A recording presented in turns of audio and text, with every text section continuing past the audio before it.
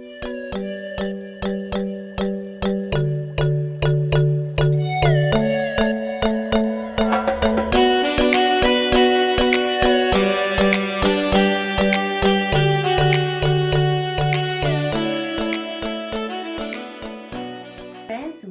to Body Language and Travel Show. Today's guest is a training lead. He has helped hundreds of people to improve their communication skills. His expertise is in the section of leadership, of first impression, of storytelling and magnetic presence. So please help me in welcoming Art of Charisma, Sebastian. Welcome. Thank you so much for having me here. What a lovely introduction. Just as I was hearing it there, I was like, yes, that all sounds fantastic. But no, it's been one heck of a journey, and hopefully through the course of this interview, we might be able to find out ways that people can become more charismatic. Yes, we will. I'm sure we will do, because this is the purpose, to help and advise people, to give top advices in order to have life. To help them in their own interactions. So, Sebastian, let's start with our first question. Today's topic is virtual, since it's literally become a core or a skill for our effectiveness in our new environment. So the question is how to engage with your audience, top ways in order to keep audience attention as a speaker in a virtual environment. Yeah, I completely agree with you. I think that at the moment, since so much is happening online, virtually, whether that's doing a job interview, giving a meeting, a presentation, I think the problem is that we've taken a lot of traditional face-to-face presentation skills, tried to bring them into the virtual world, and it just doesn't seem to pack the same punch as what we normally would do. You know, I can think of loads of times where I've been in meetings, virtual meetings, and someone's giving a presentation, and I'm going to be honest with you, it's death via PowerPoint, and everyone does not want to be there. And the problem with virtual meetings and virtual presentations is that your audience has loads of distractions. They can actually hide, they can look at their phone off camera, they can be checking their emails while they have you in the corner. So you're actually fighting a lot of distractions. So you've got to really try hard to make things engaging. Unlike when you're in maybe a face-to-face presentation where you can actually see people and people are a bit more cautious about what they're doing, whereas they can kind of hide a little bit in the virtual presentation. So what I would suggest you do is whatever presentation that you're looking to do, dramatically reduce the speaking and talking time that you're going to be doing. And what you want to be introducing is more activities, more group discussions, all these sort of things that keep people engaged. Traditionally, maybe when you're giving a presentation, it might be 10, 15 minutes of you talking, and maybe at the end, there might be a question and answer section. Maybe perhaps put that right at the beginning, because these platforms like Zoom, Teams, whatever it could be, are constantly adapting and changing. So they're always adding in new features, for example, quizzes, video sharing, YouTube sharing. So there's no excuse to not make it engaging. Now, of course, as a presenter, there's things that you can still carry through in your face-to-face presentations and in your digital presentations. For example, the hand gestures. Hand gestures is so important. I like to think of myself as a bit of a newsreader. When you see the newsreaders in this little box, you can just see your sort of like your shoulders, your head, and they're very serious looking. To make it engaging, use your hands more. Really accentuate words that you're trying to describe to someone. And the whole point of asking, for example, a question, when you get towards a section that you think is particularly interesting or has captivated your audience, it just helps, because when you're sharing your screen, they can't actually see you that well. So by putting the onus back onto the audience, it gets them more interested, it gets them engaged. And by doing that really early on, it kind of snaps them into place. Whereas if you were going, hi, my name's Sebastian, I'm from Art of Charisma, I'm going to be talking to you about communication, how you can help, blah, blah, blah. You know, you're not really exciting anyone. Now, things you might use in the past are things like, has anyone ever doubted their communication skills? Let's see the hands, and you'd see people put their hands up. Okay, can we still use those sort of skills in a virtual presentation? Well, yes, you could say, right, I'm going to put up a Zoom poll, and it's going to be, mistakes that you've made while communicating with people, and then it's all anonymous. You don't have to say anything, and then you can go and analyze it a little bit more. So you can say, so a lot of people say that they have communication problems when dealing with difficult co-workers. Okay, well, let's see if we can tailor this and maybe talk a little bit more about that later on. And then that's a really good way to have an engaging presentation while also having the traditional talking, explaining such scenario, but also peppering it through with lots of different activities, discussions, and videos just to help people get more excited about your presentations. So Sebastian, I like the way that you are mentioned a skeleton, a blueprint. So at the beginning, as an idea, this is your proposal to start with a board, with a Q&As, and let's put every 10 minutes, for example, something like that, the presenter, to keep in their mind, they have to put and create activities in order for the whole engagement of the audience. It's not like the old-fashioned way, in-person presentation. I totally agree with you. I couldn't agree more, because now we have to be in this mentality that we are talking about virtual presentation, virtual environment. And as you correctly mentioned, that there are a lot of distractions. For example, here with me, my kids are over there in the kitchen. So it is a distraction. It might be a distraction. Maybe somebody shouting outside the neighborhood. Maybe there is a dog around. Loads of times. Nobody knows. They make 100%. I totally agree.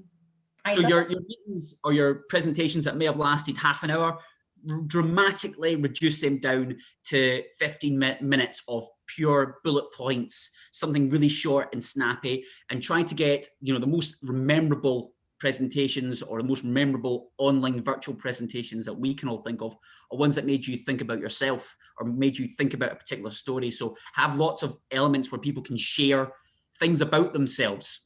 Have elements where people can discuss with other people.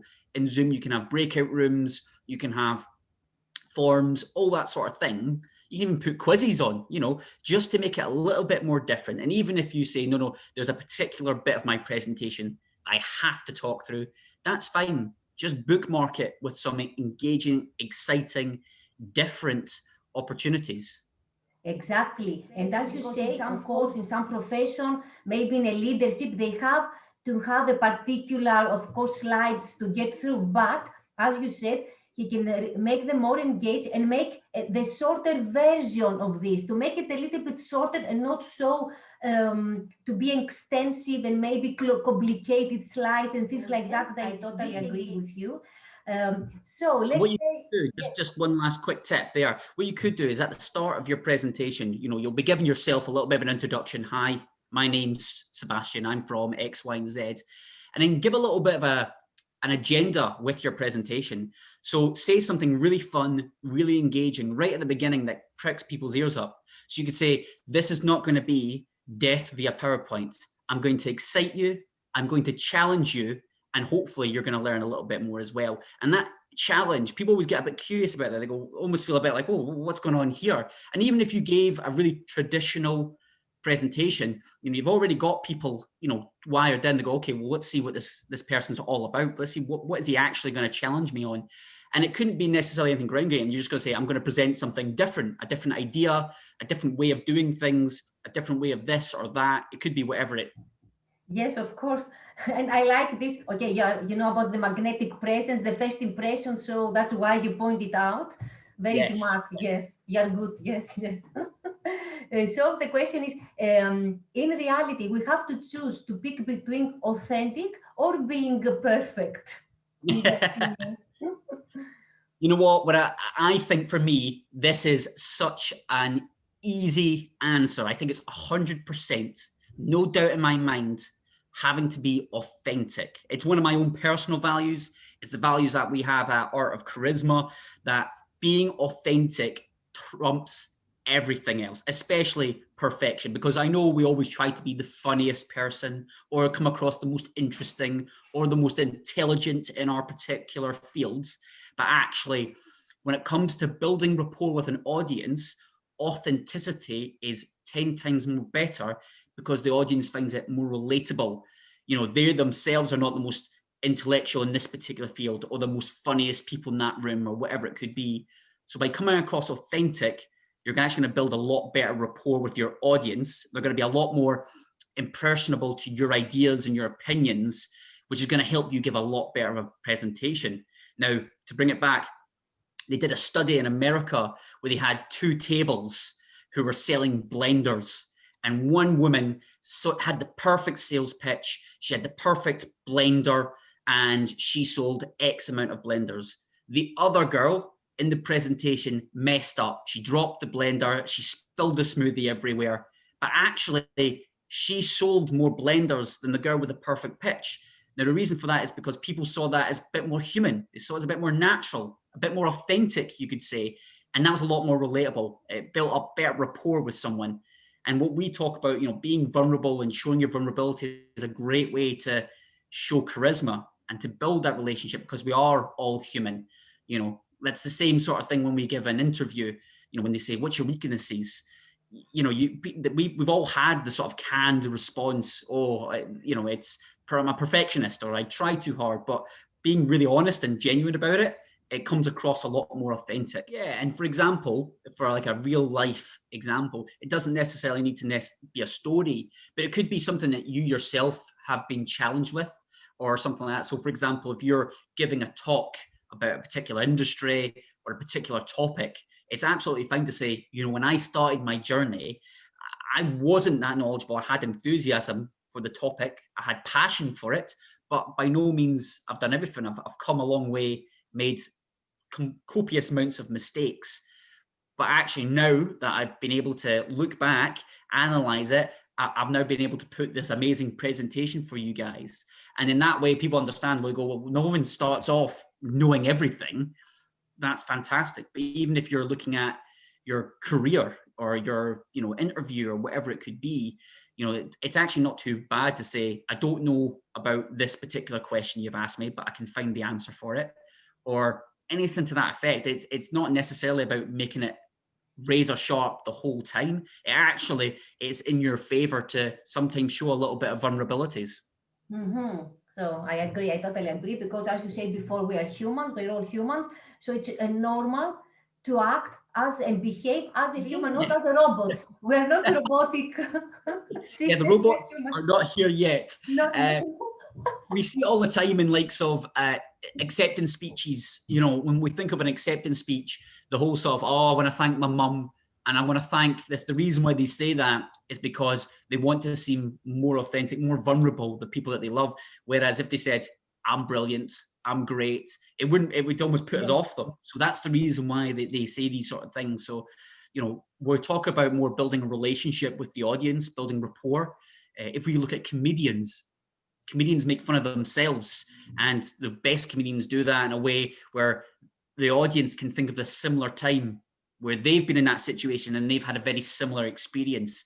And so that's how they build that relationship with the audience, because they can't talk to everybody on an individual basis. So using those stories is a great way to spark that sort of authenticity. Exactly. I totally agree with you. So let's help the audience and give them some top things, big mistakes to avoid. If we say just some mistakes to avoid for an online presentation, if you could help Perfect. us. So the first tip that I want people to really understand is part of your preparation process. Now what we do is we go on Zoom, we check that the IT is working, we check that the PowerPoints are working. But another thing to do is actually go on, create yourself a meeting and just check your space around you. Just check that the scene that you're in is suitable, because as we've talked about, sometimes there'll be children, there'll be dogs, it'll be loud, it'll be noisy. So just part of your preparation, do that. Now, the reason why I'm saying that is because it leads on to my second point, which is all about a first impression. A lot of the time when we go into a Zoom call or a Teams call, we're busy kind of checking are we on right? Can they see us? Can we do this? If you do that preparation beforehand, you can actually come on a lot more confidently.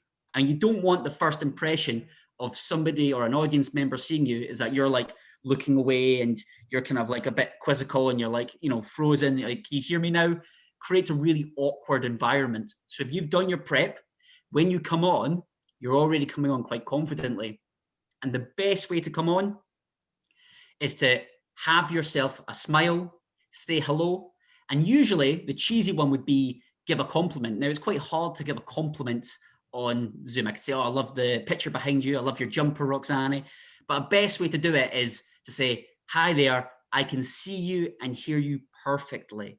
And the reason why that's really good is because people can relax. They go, oh, finally, I was worrying about that. Everyone worries about the tech, but just by saying, I can see you fine. But even if you can't hear them, you can say, I can see you fine, but I can't hear you. Do you know you can just click the mute button and just double check that? It just puts the other people at rest, and it just kind of gives you that really warm environment. The third tip I would say when it comes to presentations is understand space. And what I mean by that is when we're in a face-to-face meeting or a face-to-face presentation, space is quite obvious. Personal space I'm talking about, how close you are to someone, how far away you are from the audience, how close you can get. When we usually start on the Zoom calls, most people are up really close and you can just see their shoulders and all that. And so when we turn on, you're almost a bit like taken back. We almost feel a little bit uncomfortable. There's this scene that we have. So back to what we're saying about the prep, making sure that we're a bit further away. And the last tip I would say is use your hand gestures, look at your positioning. When we give Zoom calls or Teams calls, what we usually do is we make sure our head's in and our shoulders in, almost kind of like a mug shot. It's never that good. So get yourself in a position where you can show your hands. Hands are a great way to build trust with your audience. And if you can build trust, then you're going to be working on your overall charisma. And then you're actually already going to be working on your likability.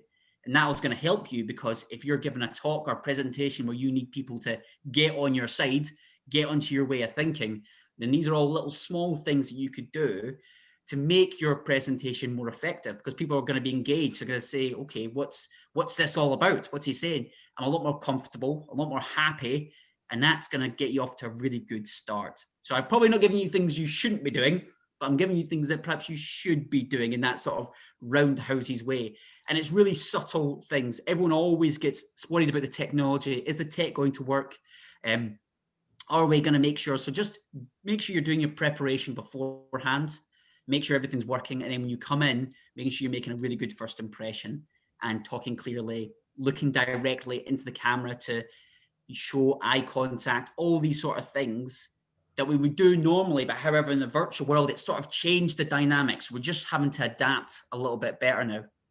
I totally agree with you. I like the gesture, the hand gesture that you focus on this. With this way, it's like we captivate the energy. We keep the energy in our screen, so the other can accompany, can hear our words better.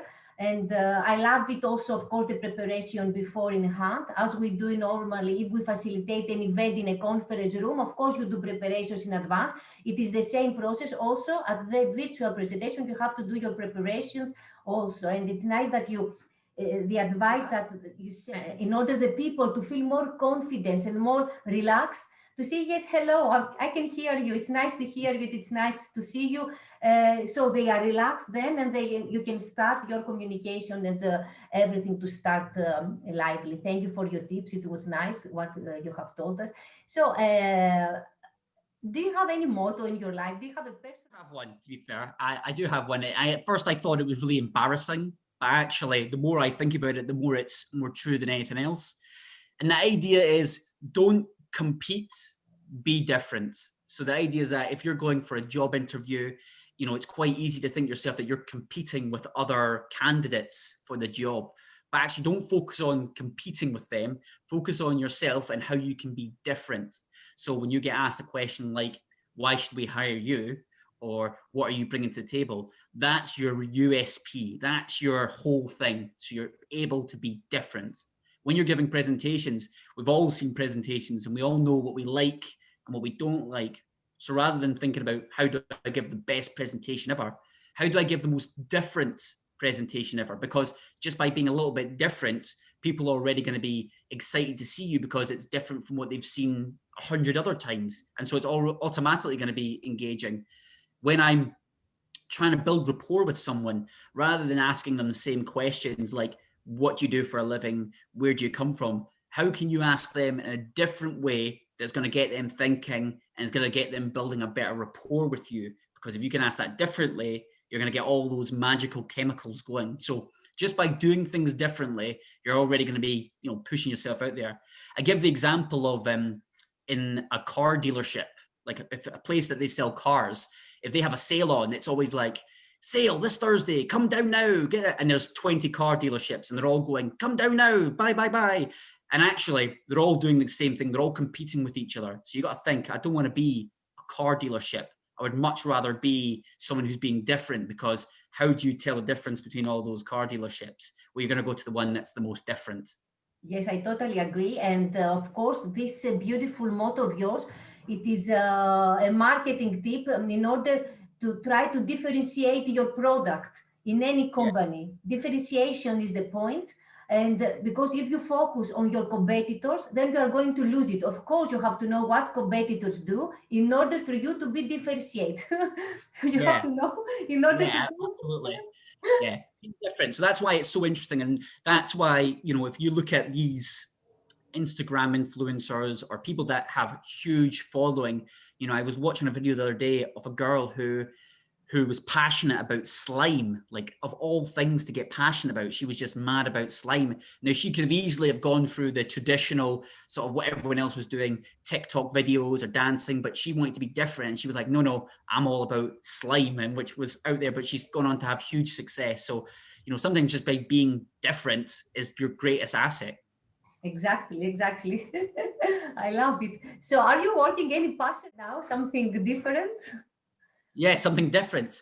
At the moment, the biggest challenge we have at the moment is changing mindsets and creating habits at Art of Charisma with the people that we work with the companies that we support. It's all about how do we change people's mindset and how do we create good habits. So a mindset that might be happening is like, I don't give good presentations, or why would anyone want to speak to me at this meeting? Actually, how do we change that mindset, and how do we create habits so that after the next presentation or the next conversation that you have, that you do it again and again and again? At Art of Charisma, we talk a lot about charisma, likability factor. It's quite easy with the mindset to go in and go, okay, with this person, I am going to be charismatic and likable. But then that time that you have a bad day, how do you turn it on?